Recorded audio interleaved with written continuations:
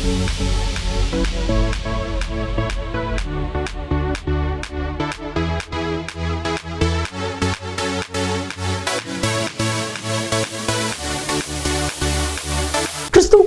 பிரியமான தெய்வ பிள்ளைகளை வெளிப்படுத்தின விசேஷம் பரலோகத்தின் சில காட்சிகள், கர்த்தராகிய இயேசு கிறிஸ்துவனுடைய வருகை, பூமியின் ராஜ்யங்களுடைய வரலாற்றினுடைய முடிவுகள், இவைகளை வெளிப்படுத்துவது தான் வெளிப்படுத்தின விசேஷம்.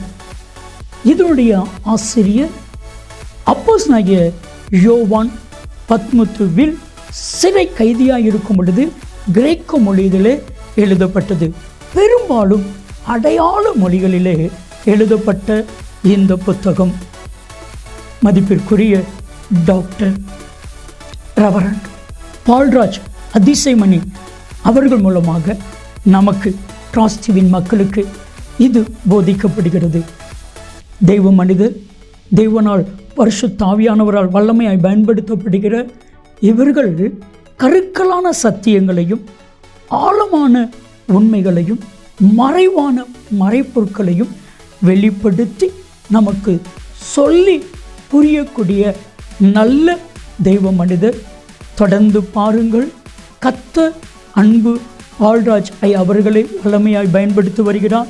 இந்த வெளிப்படுத்தின விசேஷம் உங்களுக்கு மிகுந்த பிரயோஜனமாக இருக்கும். கர்த்தர் உங்களை ஆசீர்வதிப்பார். ஆண்டவருடைய பிரசன்னத்தில் மீண்டுமாக உங்களை காணுகையில் அதிக மகிழ்ச்சி அடைகிறேன்.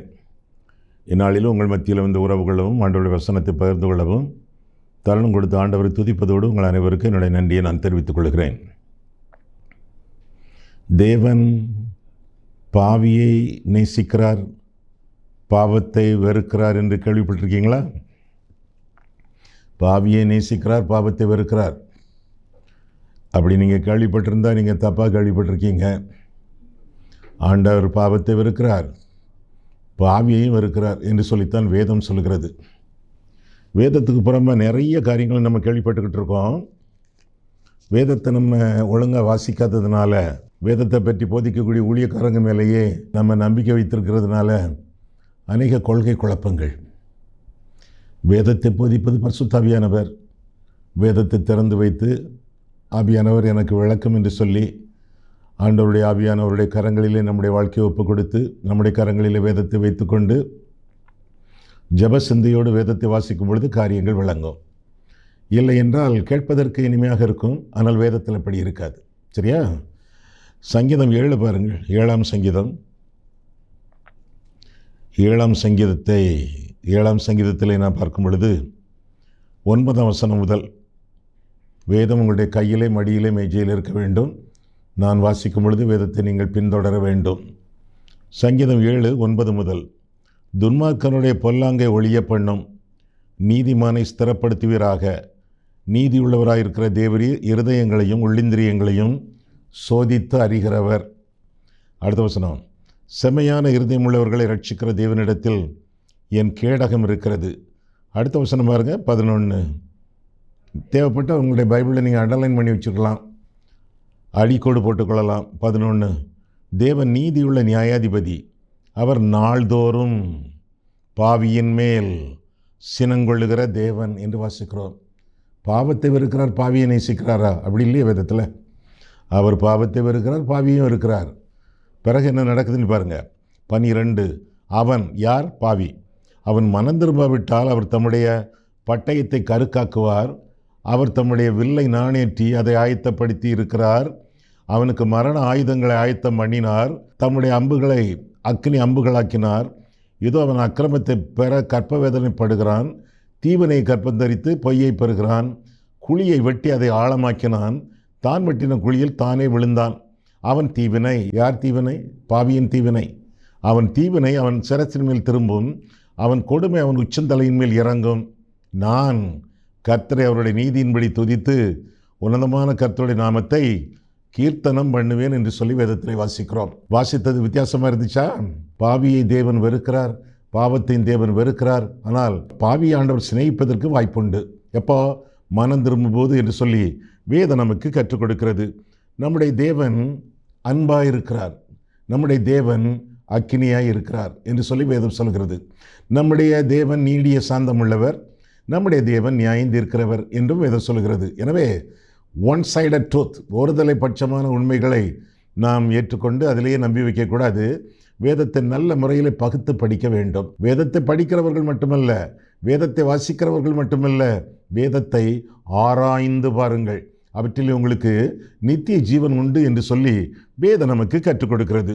ஒரு சில வெளிப்படுத்தல் வசனங்களை வாசித்து விடுவோமா?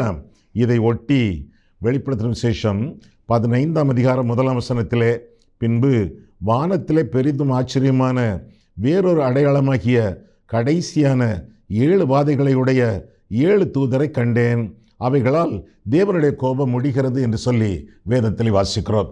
தேவன் கோபம் கொண்டால், நம்மேல் கோபமாக இருந்தால் அந்த கோபத்தை ஆற்றுவது எப்படி என்ற கேள்விக்கு விடைதான் இன்றைய நாளின் செய்தி. இன்னும் அதே அதிகாரத்தில் பாருங்கள், வெளிப்படுத்தல் விசேஷம் 15:7, அப்பொழுது அந்த 4 ஜீவன்களில் ஒன்று சதா காலங்களில் உயிரோடு இருக்கிற தேவனுடைய கோபாக்கினையால் நிறைந்த பொற்கலசங்கள் 7ஐயும் அந்த 7 தூதர்களுக்கும் கொடுத்தது. 16:1, அப்பொழுது தேவாலயத்திலிருந்து உண்டான ஒரு பெரும் சத்தம், அந்த 7 தூதருடனே நீங்கள் போய் தேவனுடைய கோப கலசங்களை பூமியின் மேல் ஊற்றுங்கள் என்று சொல்ல கேட்டேன். கோப கலசங்கள் ஊற்றப்படுகின்றன, ஜனங்கள் தத்தளிக்கிறார்கள், மனம் திரும்புவதற்கு வாய்ப்பில்லாமல் ஆண்டவரை தூஷித்து கொண்டுதான் இருக்கிறார்களே, மனம் திரும்புகிறவர்களின் எண்ணிக்கை மிக குறைவாக இருக்கிறது. ஆக ஆண்டவருடைய கோபம் யார் மேலே? ஆண்டவருடைய கோபம் துன்மார்க்கர் மேலே, பாவிகள் மேலே, மனம் திரும்பாதவர்கள் மேலே. தேவனிடத்திலே பட்சபாதமே இல்லை என்று சொல்லி ரோமர் 2ஆம் அதிகாரம் 11ஆம் வசனத்திலே நாம் பார்க்கிறோம். கோபாக்கினை செலுத்தும் தேவனாக ரோமர் 2ஆம் அதிகாரம் 5ஆம் வசனத்திலே நாம் காண்கிறோம். கோபமுள்ளவர் எவ்வளவு தூரம் அன்புள்ளவரோ அவ்வளவு தூரம் கோபமுள்ளவர், பட்சிக்கிற அக்கினியாய் இருக்கிறார் என்று சொல்லி வேதம் நமக்கு தெளிவாக கற்றுக் கொடுக்கிறது. ஆண்டவர் ஏன் கோபத்தோடு இருக்கிறார்? அவருடைய கோபத்துக்கு முன்பாக நிற்பவன் யார் என்று சொல்லி நாகும் 1ஆம் அதிகாரம் 6ஆம் வசனத்திலே வாசிக்கிறோம். முதலாவதாக துன்மார்க்கம் ஆண்டவருக்கு கோபத்தை உண்டாக்குகிறது என்று சொல்லி வேதம் நமக்கு கற்றுக் கொடுக்கிறது. யோபு 21ஆம் அதிகாரம் 30ஆம் வசனத்தை பார்க்கும் பொழுது, துன்மார்க்கம்னு சொன்ன தலைப்பு, துன்மார்க்கன் ஆபத்து நாளுக்கென்று வைக்கப்படுகிறான், அவன் கோபாக்கினையின் நாளுக்கென்று கொண்டு வரப்படுகிறான் என்று சொல்லி அவனை குறித்து நாம் வேதத்திலே வாசிக்கிறோம். ஆக துன்மார்க்கம் தேவனுடைய கோபத்திற்கு ஆளாகிறது என்று சொல்லி வேதம் நமக்கு கற்றுக் கொடுக்கிறது. எபேசியர் 2ஆம் அதிகாரம் 3ஆம் வசனத்திலே மாம்ச இச்சை, ஏசாயா 1ஆம் அதிகாரம் 4 முதலாக வாசிக்கும் பொழுது, பின்வாங்கி போகிறவர்கள் அவர்களிடத்தில் ஆண்டவருடைய ஆத்துமா பிரியமாகிறாது, அவர்களும் ஆண்டவருடைய கோபத்திற்கு ஆளாகிறார்கள் என்று சொல்லி வேதம் நமக்கு கற்றுக் கொடுக்கிறது. அதுபோல நீதிமொழிகள் 11ஆம் அதிகாரம் 23ஆம் வசனத்திலும் ஆண்டவருடைய கோபம் துன்மார்க்கர் மேல் நிற்கிறது என்று சொல்லி வேதம் நமக்கு கற்றுக் கொடுக்கிறது. துன்மார்க்கம்னா ஆண்டவரை பிரியப்படுத்தாதவர்கள், ஆண்டவருக்கு கீழ்ப்படியாதவர்கள், சத்தியத்தை அறிந்தவர்கள், அறிந்தும் அந்த சத்தியத்தின்படி நடவாமல் அதை அடக்கி வைத்திருக்கிறவர்கள் என்று சொல்லி வேதம் நமக்கு கற்றுக் கொடுக்கிறது. ரோமருக்கு எழுதின நிருபம் எடுத்துக்கொள்ளுங்கள், 1ஆம் அதிகாரம். ரோமருக்கு எழுதின நிருபம் 1ஆம் அதிகாரம் 18 முதல், சத்தியத்தை அநியாயத்தினாலே அடக்கி வைக்கிற மனுஷருடைய எல்லாவித அவபக்திக்கும் அநியாயத்துக்கும் விரோதமாய் தேவ கோபம் வானத்திலிருந்து வெளிப்படுத்தப்பட்டிருக்கிறது. தேவனை குறித்து அறியப்படுவது அவர்களுக்குள்ளே வெளிப்பட்டிருக்கிறது. தேவனை அதை அவர்களுக்கு வெளிப்படுத்தி இருக்கிறார். தேவனை குறித்து அறியப்படுவது எல்லாருக்கும், குறிப்பாக கடவுள் இல்லைன்னு சொல்லுவாங்களே அவங்களுக்கும், துன்மார்க்கர்களுக்கும், தேவன் இல்லை என்று மறுதலிக்கிறவர்களுக்கும், நாத்திகர்களுக்கும் அறிவிக்கப்பட்டிருக்கிறது. அந்த அறிவிப்பை கொடுத்தது யார்? ஆண்டவராகிய தெய்வம். அவரே அறிவித்திருக்கிறார், அவரே அந்த ஜனங்களுடைய இருதயங்களிலே எழுதியிருக்கிறார் என்று சொல்லியும் வேதத்தில் வாசிக்கிறோம். 20 எப்படி என்றால், காணப்படாதவைகளாகிய அவருடைய நித்திய வல்லமை, தேவத்துவம் என்பவைகள் உண்டாக்கப்பட்டிருக்கிறவர்களினாலே உலகம் உண்டானது முதற்கொண்டு தெளிவாய் காணப்படும், ஆதலால் அவர்கள் போக்கு செல்ல இடமில்லை. 21 யார் அவங்க? இந்த நாத்திகர்கள், கடவுள் இல்லைன்னு சொல்லக்கூடியவங்க, கடவுளை கற்பிப்பவன் முட்டாள் என்று சொல்லக்கூடிய முட்டாள்கள் அவர்கள். 21 அவர்கள் ஏன் முட்டாள்கள்னு சொன்னேன்? தேவன் இல்லை என்று மதிகேடன் தன் இருதயத்திலே, மதிகேடன் தன் இருதயத்திலே சொல்லிக் கொள்ளுகிறான். அப்படித்தானே? 14ஆம் சங்கீதம் 1ஆம் வசனம், 53ஆம் சங்கீதம் 1ஆம் வசனம். சரி, மீண்டும் வருவோமே, ரோமர் 1:21.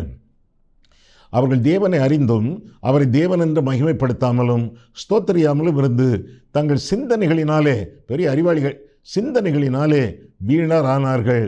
உணர்வில்லாத அவர்களுடைய இருதயம் இருள் அடைந்தது. அவர்கள் தங்களை ஞானிகள் என்று சொல்லியும் பைத்தியக்காரராகி அழிவில்லாத தேவனுடைய மகிமையை அழிவுள்ள மனுஷர்கள், பறவைகள், மிருகங்கள், ஊரும் பிராணிகள் ஆகியவைகளுடைய ரூபங்களுக்கு ஒப்பாக மாற்றினார்கள் என்று சொல்லி தொடர்ந்து அவர்களை குறித்து பார்க்கிறோம். 2ஆம் அதிகாரம் 15ஆம் வசனம், ரோமர் 2:15, அவருடைய மனசாட்சியும் கூட சாட்சி எடுக்கிறதுனாலும் குற்றம் உண்டு, குற்றமில்லை, இது குற்றம், இது குற்றமில்லை என்று அவருடைய சிந்தனைகள் ஒன்று தீர்க்கிறதினாலும் நியாயப்பிரமாணத்திற்கேற்ற கிரியை தங்கள் இருதயங்களில் எழுதியிருக்கிறது என்று காண்பிக்கிறார்கள். எழுதுனது யாரு? தெய்வம். ஆக தேவனை பற்றிய அறிவு இவங்க அடக்கி வச்சுக்கிட்டு இருக்காங்க. ஆனால் தேவன் இருதயத்திலே எழுதி வைத்திருக்கிறார் என்று சொல்லி வேதம் நமக்கு தெளிவாக கற்றுக் கொடுக்கிறது. தேவனே அதை எழுதி இருக்கிறார் என்று சொல்லியும் வேதத்திலே வாசிக்கிறோம். 14ஆம் சங்கீதத்திற்கு போய்விட்டு 10ஆம் சங்கீதத்துக்கு வருவோமா? 14 பாருங்கள். தேவன் இல்லை என்று மதிகட்டவன், நாத்திகர்கள் அவங்களுக்கெல்லாம் செலவிக்காங்க. தேவன் இல்லை என்று மதிகட்டவன் தன் இருதயத்தில் சொல்லிக் கொள்கிறான். அவர்கள் தங்களை கெடுத்து அருவருப்பான கிரியைகளை செய்து வருகிறார்கள். நன்மை செய்கிறவன் ஒருவனும் இல்லை. தேவனை தேடுகிற உணர்வுள்ளவன் உண்டோ என்று பார்க்க கர்த்தர் பரலோகத்திலிருந்து மனுஷரை கண்ணோக்கினார். எல்லாரும் வழி விலகி ஏகமாய் கெட்டு போனார்கள். நன்மை செய்கிறவன் இல்லை, ஒருவனாகிலும் இல்லை என்று சொல்லி வேதத்திலே நான் வாசிக்கிறோம். ஆக இனி 10ஆம் சங்கீதத்துக்கு வருவோம். 10ஆம் சங்கீதம் 2ஆம் வசனம், துன்மார்க்கன் தன் பெருமையினால் சிறுமைப்பட்டவனை கடூரமாய் துன்பப்படுத்துகிறான். அவர்கள் நினைத்த சதி மோசங்களில் அவர்களே அவப்படுவார்கள். துன்மார்க்கர்கள் 3ஆம் வசனம், துன்மார்க்கன் தன் உள்ளம் இச்சித்ததை பெற்றதினால் பெருமை பாராட்டி, பெருமைன்னா இருமாப்பு, பொருளை அபகரித்து தன்னைத்தான் போற்றி கர்த்தரை அசட்டை பண்ணுகிறான். 4, துன்மார்க்கன் தன் கர்வத்தினால், கர்வம் இருமாப்பு, கர்வத்தினால் தேவனை தேடான். சரியான இச்சை, சரியான இருமாப்பு, இவற்றினாலே தேவன் இல்லை என்று சொல்வதோடு தேவனை தேடான் என்று பார்க்கிறோம். அவன் இருதயத்தின் நினைவுகள் எல்லாம் தேவன் இல்லை என்பதே என்று சொல்லி வேதத்திலே வாசிக்கிறோம். ஆக தேவ கோபத்திற்கு காரணம் முதலாவதாக துன்மார்க்கன் தான் செய்த துன்மார்க்கத்தை விட்டு விலகி மனம் திரும்பி நியாயத்தை நீதி செய்வனாகில் அவன் தன் ஆத்துமாவை பிழைக்க பண்ணுவான் என்று சொல்லி வேதம் நமக்கு அறிவிக்கிறது. ஐயா, நான் துன்மார்க்கனும் இல்லை, நான் நீதிமானும் இல்லை, நான் சன்மார்க்கன் ஐயா என்று சொன்னால் வேதம் சொல்கிறது துன்மார்க்கனையும் சன்மார்க்கனையும் சங்கரிப்பேன். எங்கே? யோபு 9:22 அப்படியாக நாம் பார்க்கிறோம். துன்மார்க்க வாழ்க்கை, தேவன் இல்லை என்று சொல்லக்கூடிய வாழ்க்கை, தேவனுக்கு கீழ்ப்படியாத வாழ்க்கை, தேவ கோபத்திற்கு ஆளாகக்கூடிய வாழ்க்கை என்று சொல்லி வேதம் நமக்கு கற்றுக் கொடுக்கிறது. ஆக முதலாவதாக துன்மார்க்கம் தேவ கோபத்தை கொண்டு வருகிறது. இரண்டாவதாக தேவ தயவை அசட்டை பண்ணுதல். தேவ தயவு எப்பொழுது நம்மை நோக்கி வந்து கொண்டே இருக்கிறது. தேவ தயவு நம்மை குணப்படுத்த ஏவுகிறது என்று சொல்லி ரோமர் 2ஆம் அதிகாரம் 4ஆம் வசனம் முதலாக நாம் பார்க்கிறோம். ஆனால் ஆண்டவருடைய தயவை அசட்டை பண்ணினால் தேவ கோபத்திற்கு ஆளாகிறோம் என்று சொல்லி வேதம் நமக்கு கற்றுக் கொடுக்கிறது. அதே ரோமர் 2ஆம் அதிகாரம், அதில் நிற்கிறீர்களா? ரோமர் 2ஆம் அதிகாரத்தில் நான் பார்க்கும் பொழுது 4 முதல் 6 வரை வாசிக்கும் பொழுது, அல்லது தேவ தயவு நீ குணப்படும்படி உன்னை ஏவுகிறது என்று அறியாமல் அவருடைய தயவு, பொறுமை, நீடிய சாந்தம் இவைகளின் ஐஸ்வர்யத்தை அசட்டை பண்ணுகிறாயோ? அசட்டை. அடுத்த வசனம், உன் மனக்கடினத்திற்கும் குணப்படாத இருதயத்திற்கு ஏற்றபடி தேவனுடைய நீதியுள்ள தீர்ப்பு வெளிப்படும் கோபாக்கினை நாளிலே. தயவை அசட்டை பண்ணினால் கோபாக்கினை நாளிலே உனக்காக கோபாக்கினையை குவித்துக் கொள்ளுகிறாயே. தேவ தயவு சொல்லுகிறது மனம் திரும்பு என்று சொல்லி. ஆனால் நீ மனக்கடினத்தோடு வாழ்கிறாயே. இன்றவருடைய சத்தத்தை கேட்பீர்களாகில் வனாந்தரத்தில் கோபம் ஊட்டின போதும் சோதனை நாளிலும் நடந்தது போல உங்கள் இருதயத்தை கடினப்படுத்தாதேயுங்கள் என்று சொல்லி 95ஆம் சங்கீதம் சொல்லுகிறதே, 3ஆம் சங்கீதம் அறிவிக்கிறதே. எனவே குணப்படாத இருதயம் குணப்பட வேண்டும். ஆண்டவரை அண்டிக் கொண்டு ஆண்டவருக்கு மகிமையாக ஜீவிக்க வேண்டும் என்று சொல்லி வேதம் நமக்கு தெளிவாக கற்றுக் கொடுக்கிறது. தேவ தயவை அசட்டை பண்ணாமல் வாழ வேண்டியது நம்முடைய கடமை என்று சொல்லி வேதம் நமக்கு கற்றுக் கொடுக்கிறது.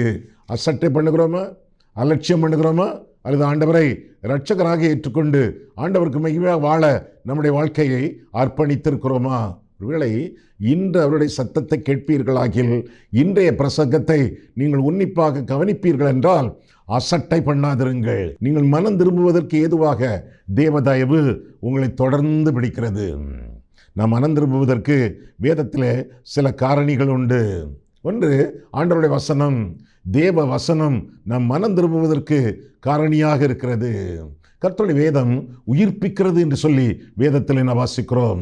இன்னும் மத்தேயு 11ஆம் அதிகாரம் 21 முதல் 24 வரை நான் வாசிக்கும் பொழுது தேவனுடைய வசனம் நாம் குணப்படுவதற்கு ஏதுவான முதற்காரணியாக இருக்கிறது என்று சொல்லி வேதத்திலே வாசிக்கிறோம். இரண்டாவதாக, தேவனுக்கேற்ற துக்கம். தேவனுக்கேற்ற துக்கமும் நாம் மனம் திரும்புவதற்கு ஏதுவாக இருக்கிறது என்று சொல்லி 2 கொரிந்தியர்லே நான் வாசிக்கிறோம். 2 கொரிந்தியர் எடுத்துக்கொள்ளுங்கள். 2 கொரிந்தியர் 7ஆம் அதிகாரம் அதிலே பார்க்கும் பொழுது தேவ துக்கம் என்ற வார்த்தையை அங்கே நாம் சந்திக்கிறோம். 2 கொரிந்தியர் 7ஆம் அதிகாரம் எடுத்துக்கொள்ளுங்கள். 10ஆம் வசனம், தேவனுக்கேற்ற துக்கம் பின்பு மனஸ்தாபப்படுகிறதற்கு இடமில்லாமல் ரட்சிப்புக்கு ஏதுவான மனம் திரும்புதலை உண்டாக்குகிறது. லௌகிக துக்கமோ மரணத்தை உண்டாக்குகிறது. அடுத்த வசனம் பாருங்கள், நீங்கள் தேவனுக்கேற்ற துக்கம் அடைந்ததுண்டே, நீங்கள் அடைந்ததுண்டா? அப்படின்னா தேவனுக்கேற்ற துக்கம் உங்களை மனம் திரும்ப வைத்திருக்குமே, மனம் திரும்பலையோ, மனம் திரும்பி இருக்கீங்களோ? அப்படின்னா என்ன தச்சு ஒரு லிஸ்ட் எங்க கொடுக்கப்பட்டிருக்கிறது. பவுல் மூலமாக நான் மனம் திரும்பி இருக்கிறேனா, மனம் திரும்பலையா என்று கண்டுபிடிக்க, ஆராய்ந்து பார்க்க பாருங்கள். 11ஆம் வசனம், 2 கொரிந்தியர் 7:11 பாருங்கள், நீங்கள் தேவனுக்கேற்ற துக்கம் அடைந்ததுண்டே, அது உங்களிடத்தில் எவ்வளவு ஜாக்கிரதையையும், குற்றந்தீர எவ்வளவு நியாயம் சொல்லுதலையும், எவ்வளவு வெறுப்பையும், பாவத்தின் மேல் வெறுப்பு, எவ்வளவு பயத்தையும், கர்த்தருக்கு முன்பாக பயபக்தி, எவ்வளவு ஆவலையும், எவ்வளவு பக்தி வைராக்கியத்தையும், எவ்வளவு கண்டிப்பையும் உண்டாக்கிற்று. இந்த காரியத்திலே நீங்கள் எல்லா விதத்திலும், இப்பொழுது சொல்லப்பட்ட எல்லா விதத்திலும் உங்களை சுத்தவான்கள் என்று விளங்க பண்ணினீர்கள். நீங்கள் விளங்க பண்றீங்களா? அப்படின்னா மனம் திரும்பி இருக்கீங்கன்னு சொல்லி அர்த்தம். அப்படின்னா மனம் திரும்புவதற்கு நமக்கு வழிநடத்தக்கூடிய முதல் காரணி தேவனுடைய வசனம், இரண்டாவதாக தேவனுக்கேற்ற துக்கம், மூன்றாவதாக தேவனுடைய தயவு. நாம் ஏற்கனவே வாசிக்க கேட்ட வசனம் ரோமர் 2ஆம் அதிகாரம் 4ஆம் வசனம், தேவ தயவு உன்னை குணப்பட ஏவுகிறது, நீ மனம் திரும்ப ஏவுகிறது என்று சொல்லி வேதம் நமக்கு கற்றுக் கொடுக்கிறது. இன்னொரு காரியத்தை குறித்தும் நாம் பார்க்கும் பொழுது தேவனுடைய நியாயத்தீர்ப்பு, தேவனுடைய திட்டமான நியாயத்தீர்ப்பு. அப்போஸ்தலர் 17ஆம் அதிகாரம் 30 முதல் அறியாமை உள்ள காலங்களை தேவன் காணாதவர் போல் இருந்தார், இப்பொழுதோ மனம் திரும்ப வேண்டும் என்று எங்குமுள்ள மனுஷர் எல்லாருக்கும் கட்டளை இடுகிறார். அடுத்த வசனம் 31, மேலும் ஒரு நாளை குறித்திருக்கிறார், அதில் அவர் தாம் நியமித்த மனுஷனை கொண்டு, இயேசுவை கொண்டு, மேலும் ஒரு நாளை குறித்திருக்கிறார், அதிலே அவர் தாம் நியமித்த மனுஷனை கொண்டு பூலோகத்தை நீதியாய் நியாயந்தீர்ப்பார். அந்த மனுஷனை மரித்தோரிலிருந்து எழுப்பினதினாலே இயேசுவை உயிரோடு எழுப்பினார், அது நிச்சயத்தை எல்லாருக்கும் விளங்க பண்ணினார் என்றான் என்று சொல்லி வேதத்திலே வாசிக்கிறோம். நாம் எல்லாரும் மனம் திரும்ப, ரட்சிக்கப்பட, ஆண்டவரை சொந்த ரட்சகராக ஏற்றுக்கொள்ள 4 முக்கியமான காரணிகளை தெய்வம் தந்திருக்கிறார். இந்த காரணிகளை கடைபிடித்தால் தேவ கோபத்தை அடக்குவோம். மற்றபடி சத்தியத்தை அடக்கி வைத்துக்கொண்டு மனம் திரும்பாமலேயே வாழ்வோம். தேவ கோபத்திற்கு இலக்காவோம், நரகத்துக்கு நேராக விரைந்து செல்வோம். அந்த 4 காரணிகள் யாவை? 1, தேவனுடைய வசனம். 2, தேவனுக்கேற்ற துக்கம். 3, தேவனுடைய தயவு. 4வதாக திட்டமான நியாயத்தீர்ப்பு என்று சொல்லி வேதம் நமக்கு தெளிவாக கற்றுக் கொடுக்கிறது. சரி, முதலாவதாக தேவ கோபத்துக்கு காரணம் துன்மார்க்கம். இரண்டாவதாக தேவ தயவு, தேவ தயவை அசட்டை பண்ணுதல். மூன்றாவதாக தேவனுக்கு கீழ்ப்படியாமை. தேவனுக்கு கீழ்ப்படியாமை தேவ கோபத்தை கொண்டு வருகிறது என்று சொல்லி வேதம் நமக்கு கற்பிக்கிறது. தேவனுக்கு கீழ்ப்படியாமை. தேவனுக்கு தேவை கிளிப்பிள்ளைகள் அல்ல, தேவனுக்கு தேவை கீழ்ப்படுகிற பிள்ளைகள் என்று சொல்லி வேதத்திலிருந்து நாம் விளங்கிக் கொள்கிறோம். எங்கே? கொலோசையர் பாருங்கள், கொலோசையர் 3ஆம் அதிகாரம், கொலோசையர் 3ஆம் அதிகாரம் 6ஆம் வசனம். இவைகளின் பொருட்டே, எவைகளின் பொருட்டே, கொஞ்ச நேரம் கழிச்சு பார்ப்போமே. இவைகளின் பொருட்டே கீழ்ப்படியாமையின் பிள்ளைகள் மேல் தேவ கோபாக்கினை வரும் என்று சொல்லி வேதத்திலே வாசிக்கிறோம். எவைகளின் பொருட்டே தேவ கோபம்? 5ஆம் வசனம் பாருங்கள். ஆகையால் விபசாரம், அசுத்தம், மோகம், துர்இச்சை, விக்கிரக ஆராதனையான பொருளாசை ஆகிய இவைகளை பூமியில் உண்டு பண்ணுகிற உங்கள் அவயவங்களை அழித்து போடுங்கள். இல்ல, இவைகளின் பொருட்டே கீழ்ப்படியாமையின் பிள்ளைகள் மேல் தேவ கோபாக்கினை வரும் என்று சொல்லி வேதத்திலே வாசிக்கிறோம். எபேசியர் எடுத்துக்கொள்ளுங்கள். எபேசியர் 5ஆம் அதிகாரம் 3 முதலாக நான் வாசிக்கும் பொழுது, மேலும் பரிசுத்தவான்களுக்கு ஏற்றபடி வேசித்தனமும் மற்றெந்த அசுத்தமும் பொருளாசையும் ஆகிய இவைகளின் பேர் முதலாய் உங்களுக்குள்ளே சொல்லப்படவும் கூடாது. அப்படியே வம்பும் புத்தீனமான பேச்சும் பரியாசமும் தகாதவைகள். ஸ்தோத்திரம் செய்தலே தகும். விபசாரக்காரனையாவது அசுத்தனையாவது விக்கிரக ஆராதனையாகிய பொருளாசைக்காரனையாவது தேவனுடைய ராஜ்யமாகிய கிறிஸ்துவின் ராஜ்யத்திலே சுதந்திரம் அடைவதில்லை என்று அறிந்திருக்கிறீர்களே. 6. இப்படிப்பட்டவர்களின் நிமித்தமாக கீழ்ப்படியாமையின் பிள்ளைகள் மேல் தேவ கோபாக்கினை வருவதனால், கீழ்ப்படியாமையின் மேல் தேவ கோபாக்கினை வருவதால் ஒருவன் உங்களை வீண் வார்த்தைகளாலே மோசம் போக்காதபடிக்கு எச்சரிக்கையாயிருங்கள். ஒருவனும்னா ஒரு பிரசங்கியும் ஒரு போதகனும் எல்லாம் சரியாத்தான் இருக்கு, நீ நல்லாத்தான் இருக்கா, உனக்கு என்ன கவலை, இப்படி நீ வாழ்ந்துரு, இதுக்கு மேலே நீ ஒன்றும் ட்ரை பண்ண வேண்டிய தேவையில்லை, இப்படி பூசி மெழுகி தப்பான சமாதானத்தை தப்பான போதனை கொடுக்கக்கூடியவர்கள், இவர்களை விட்டு விலகி இரு. 7. அவர்களுக்கு பங்காளிகளாகாது இருங்கள் என்று சொல்லி இன்னும் தொடர்ந்து நாம் வாசிக்கிறோம். ஆக கோபாக்கினை கீழ்ப்படியாதவர்கள் மேல் வரும் என்று சொல்லி வேதத்திலே வாசிக்கிறோம். முதலாவதாக துன்மார்க்கம், இரண்டாவதாக தேவ தயவு அசட்டை, மூன்றாவதாக தேவனுக்கு கீழ்ப்படியாமை என்று சொல்லி வேதம் நமக்கு கற்றுக் கொடுக்கிறது. தேவ கோபம், கீழ்ப்படிய வேண்டும், இல்லை என்றால் நிச்சயமாக தண்டனை உண்டு. மோசே, அவனை பார்த்து ஆண்டவர் சொன்னார், கன்மலையை அடி என்று சொன்னார். தண்ணீர் வந்தது, தேவன் மனதுருகினார், ஜனங்கள் எல்லாம் தாகம் தீர்க்கப்பட்டார்கள் என்று சொல்லி வேதத்திலே வாசிக்கிறோம். என்ன சொன்னார் ஆண்டவர்? கன்மலை அடி. அந்த கன்மலை கிறிஸ்துவே. கிறிஸ்து சிலுவையில் அடிக்கப்பட்டார், அறையப்பட்டார், ஒரே தடவை தான். இன்னொரு தடவை ஆண்டவர் மோசே இடத்தில் சொன்னார், அந்த கன்மலையோடு பேசு என்று சொன்னார். பேசினால் தண்ணீர் வரும். அவனோ கோபம், கோபத்தோடு அடித்ததாக வேதத்திலே நாம் வாசிக்கிறோம். கோபத்தோடு அடித்ததனாலே, இயேசுவானவர் அவன் மூலமாக ஒரு அடிபட்டதனாலே தேவ கோபம் வந்தது. கானானுக்குள்ளே அவனால் பிரவேசிக்க கூடாமற் போயிற்று என்று சொல்லி வேதத்திலே வாசிக்கிறோம். தேவ கோபம் நம்மில் வராமல் இருக்க வேண்டும் என்றால் தேவன் சொல்லுக்கு அப்படியே கீழ்ப்படிந்து வாழ வேண்டியது நம்முடைய கடமை என்று சொல்லி வேதம் நமக்கு கற்றுக் கொடுக்கிறது. 4வது காரணம், தீமைக்கு தீமை.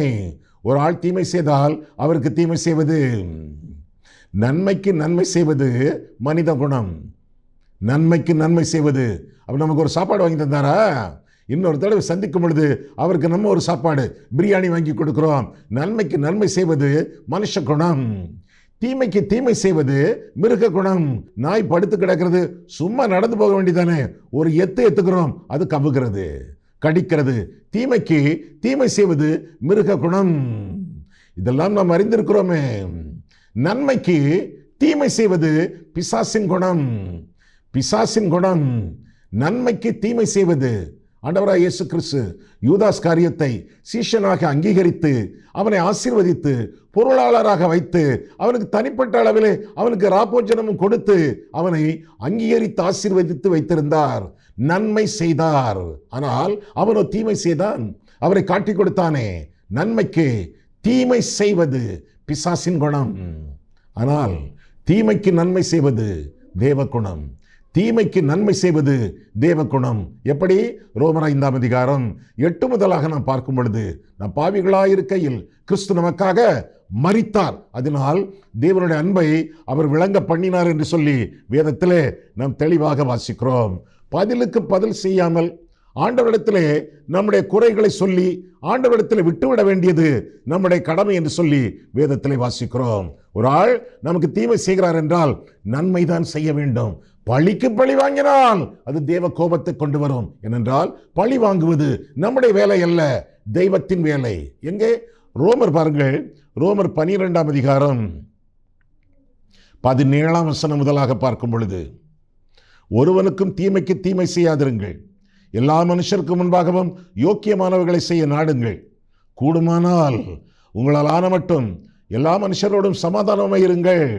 19 பிரியமானவர்களே, பழி வாங்குதல் எனக்குரியது, நானே பதில் செய்வேன் என்று கர்த்தர் சொல்லுகிறார் என்று எழுதியிருக்கிறபடியால் நீங்கள் பழி வாங்காமல் கோபாக்கினைக்கு, தேவனுடைய கோபாக்கினைக்கு இடங்கொடுங்கள்.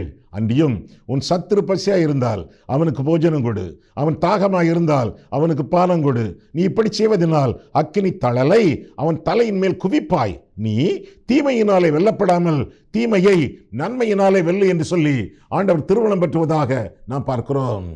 தீமையை நன்மையினால் வென்றவர் ஆண்டவராகிய தெய்வம். இயேசு கிறிஸ்து இந்த உலகத்திலே பாவிகளை ரட்சிக்க வந்தார் என்று சொல்லி வேதத்தில் நாம் வாசிக்கிறோம், விசுவாசிக்கிறோம்.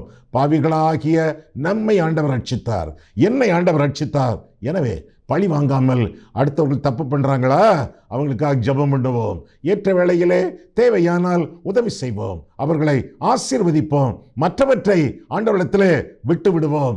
ஆண்டவர் பார்த்து கொள்வார். இதுவரை 3 காரியங்களை நாம் பார்த்தோம். தேவ கோபம், அதற்கு காரணிகள்: 1 துன்மார்க்கம், மனம் திரும்புவோம். 2வதாக தேவ தயவு, அசட்டை வேண்டாம், அண்டிக் கொள்வோம். 3வதாக தேவனுக்கு கீழ்ப்படியாமை, அவருக்கு கீழ்ப்படிவோம். 4வதாக தீமைக்கு தீமை செய்யாமல் நன்மை செய்ய பழகுவோம். 5வதாக துணிகரம் மனப்பூர்வமான பாவம் என்று சொல்லி வேதத்திலே வாசிக்கிறோம். எபிரேயர் 10ஆம் அதிகாரம் எடுத்துக்கொள்ளுங்கள். எபிரேயர் 10ஆம் அதிகாரத்தில் நாம் பார்க்கும் பொழுது, எபிரேயர் 10:25 முதல், சபை கூடி வருதலை சிலர் விட்டுவிடுகிறது போல நாமும் விட்டுவிடாமல் ஒருவருக்கொருவர் புத்தி சொல்ல கடவோம். நாளானது சமீபித்து வருகிறதை எவ்வளவாய் பார்க்கிறீர்களோ. நாளானது சமீபித்து வருகிறது அப்படின்னா என்ன அர்த்தம்? ஒன்று நம்முடைய வாழ்க்கையின் இறுதி முந்தும் அல்லது ஆண்டவருடைய வருகை முந்தும் அந்த நாள் தான். நாளானது சமீபித்து வருகிறதை எவ்வளவாய் பார்க்கிறீர்களோ அவ்வளவாய் புத்தி சொல்ல வேண்டும். சத்தியத்தை அறியும் அறிவை அடைந்த பின்பு. வேதத்தை படிச்சிருக்கோமே, சுவிசேஷம் தெரியுமே.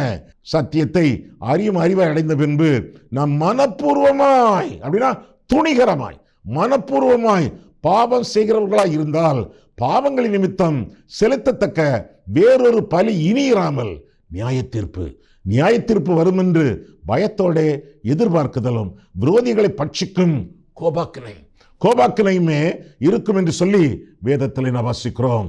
துணிகரமான பாவங்களுக்கு தப்பி வாழ்வோம், ஆண்டவரை அண்டிக் கொள்வோம். ஆக்கினைக்குள்ளாக நம் ஆளாக வேண்டாம். நாள் நெருங்கி கொண்டிருக்கிறது, நியாய தீர்ப்பு வருகிறது. எனவே ஆண்டவரை அண்டிக் கொண்டு ஆசீர்வதிக்கப்படுவோம். இஸ்ரவேல் ஜனங்களை எகிப்து தேசத்திலிருந்து நடத்தி கொண்டு வந்தவர் தேவன் என்று சொல்லி அறிவோம். ஆனால் உங்களை எல்லாம் கடத்தி கொண்டு வந்தது இந்த கன்றுக்குட்டி என்று சொன்னானே ஆரோன். துணிகரமான பாவம் அல்லவா? அவனும் கானான் தேசத்துக்குள்ளே பிரவேசிக்க முடியவில்லை என்று சொல்லி வேதத்தில் வாசிக்கிறோமே. சின்னதோ பெருசோ துணிகரமாக எந்த பாவம் செய்யாமல் கர்த்தரை அண்டிக் கொண்டு வாழ வேண்டியது நம்முடைய கடமை. இந்த 5 காரியங்களையும் உங்களுடைய வாழ்க்கையிலே செக்லிஸ்டாக, உங்களை ஆராய்ந்து பார்க்கக்கூடிய படிக்கற்களாக நீங்கள் பாதுகாத்துக் கொள்ளுங்கள். துன்மார்க்கத்தை விட்டு விலகுங்கள், தேவதயவை நீங்கள் அண்டிக் கொள்ளுங்கள், தேவனுக்கு கீழ்ப்படியுங்கள், தீமைக்கு தீமை செய்யாமல் கர்த்தரிடத்தில் ஒப்புவித்து விடுங்கள். துணிகரம் உங்களுக்கு வேண்டவே வேண்டாம். துணிகரமான பாவங்களுக்கு நீங்களாக நீங்கள் வாழுங்கள். ஐயா, இதிலிருந்தெல்லாம் தப்புவது எப்படியா? 1 ரட்சிப்பு.